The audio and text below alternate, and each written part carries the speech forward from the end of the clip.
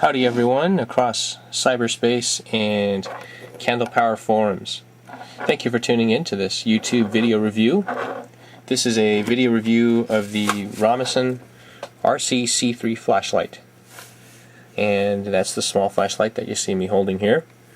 Those of you who are familiar with my other videos, I apologize. I'm unable to film this video with the proper ambient lighting, so I'm using the built-in lighting on my handheld camera, so that's why it looks kind of shadowy and glaring and things like that. So we're going to do the best we can here. So let's take the light apart and show you the insides and how it works. So here's the head of the light. It uses a Cree P4 LED emitter, a glass lens, and a textured aluminum reflector. And there's the DC-DC driver board. It has an actual DC-DC converter, which is a pretty good circuit, and it does a pretty good job regulating current to the LED as the battery depletes. So let's take the battery out. There's the inside of the battery tube. Pretty thin-walled. It pretty adequately fits an RCR-123 without being too big and causing a rattle. So that's kind of nice. Here's the body of the light and the tail cap. It's kind of all one assembly, being that the light is so small. So you can simply take apart the clip like this by unscrewing this little tail cap piece here with the spring on it, and the clip simply falls out, and to reattach it you do the reverse and tighten it back up. So pretty good threads overall for all the assemblies, and pretty good O-ring engagement as well. I've held the light under running water, and it sheds water just fine, although I have not submersed the water in deeper water than that, so I'm not really sure if it's submersible or not. So keep that in mind when you use it near water. Pretty straightforward. That's really about it. It goes on.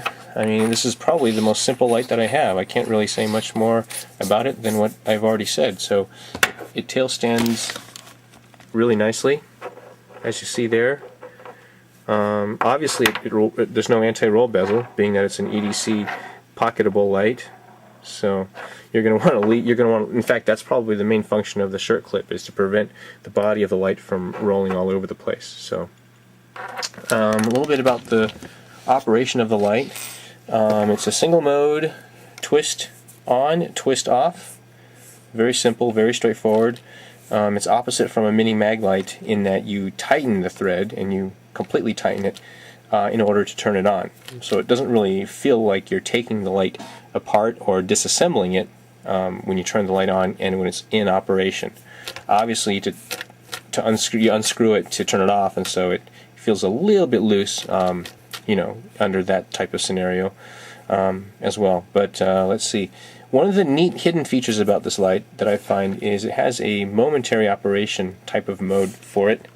So you can obviously turn it on, but if you turn it off just a little bit like that, okay, now you've pretty much entered like a momentary forward operation there, as you can see. And it's comfortable. It's small enough to hold, very comfortably in a cigar hold.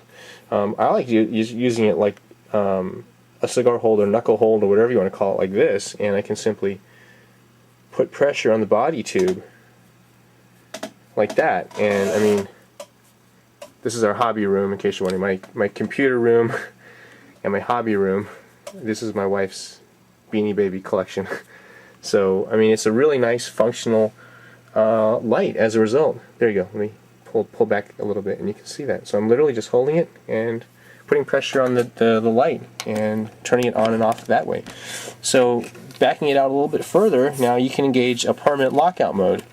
So if you store the light in your pocket or your backpack, there's no fear of it turning on accidentally. So that's pretty much it. There you have it. That's all I can say about this light. Let's go over to the white wall and do some beam shot comparisons. The center hotspot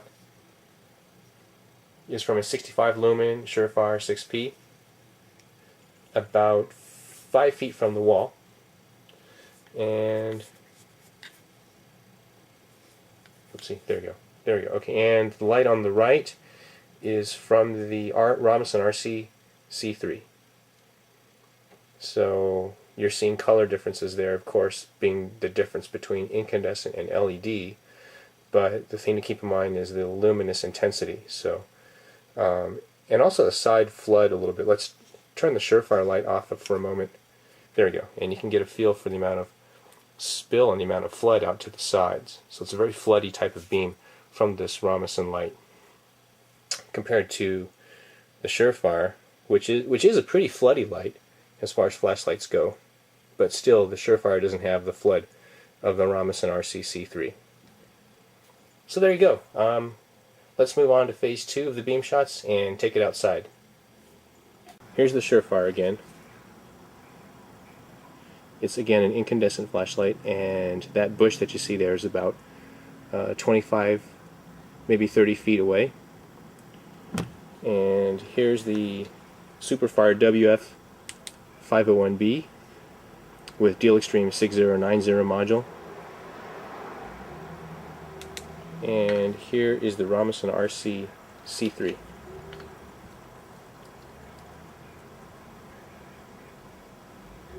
And I'm just going to toggle back and forth from light to light and verbally tell you which one you're looking at. So here's the Superfire with 6090 module, and the Romisen RC-C3.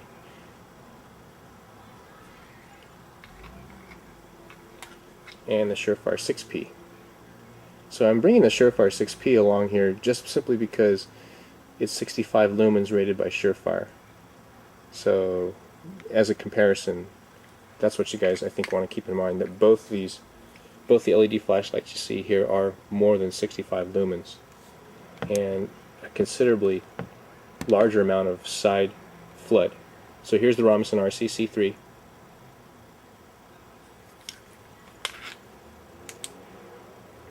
And Superfire WF501B 6090 module, and the Romisen RC-C3. And right away you can see the flood difference out to the sides. The Romisen RC-C3 has a much more uniform looking flood than here, the 6090 module. And one last time, there's the 6090 and the RC-C3.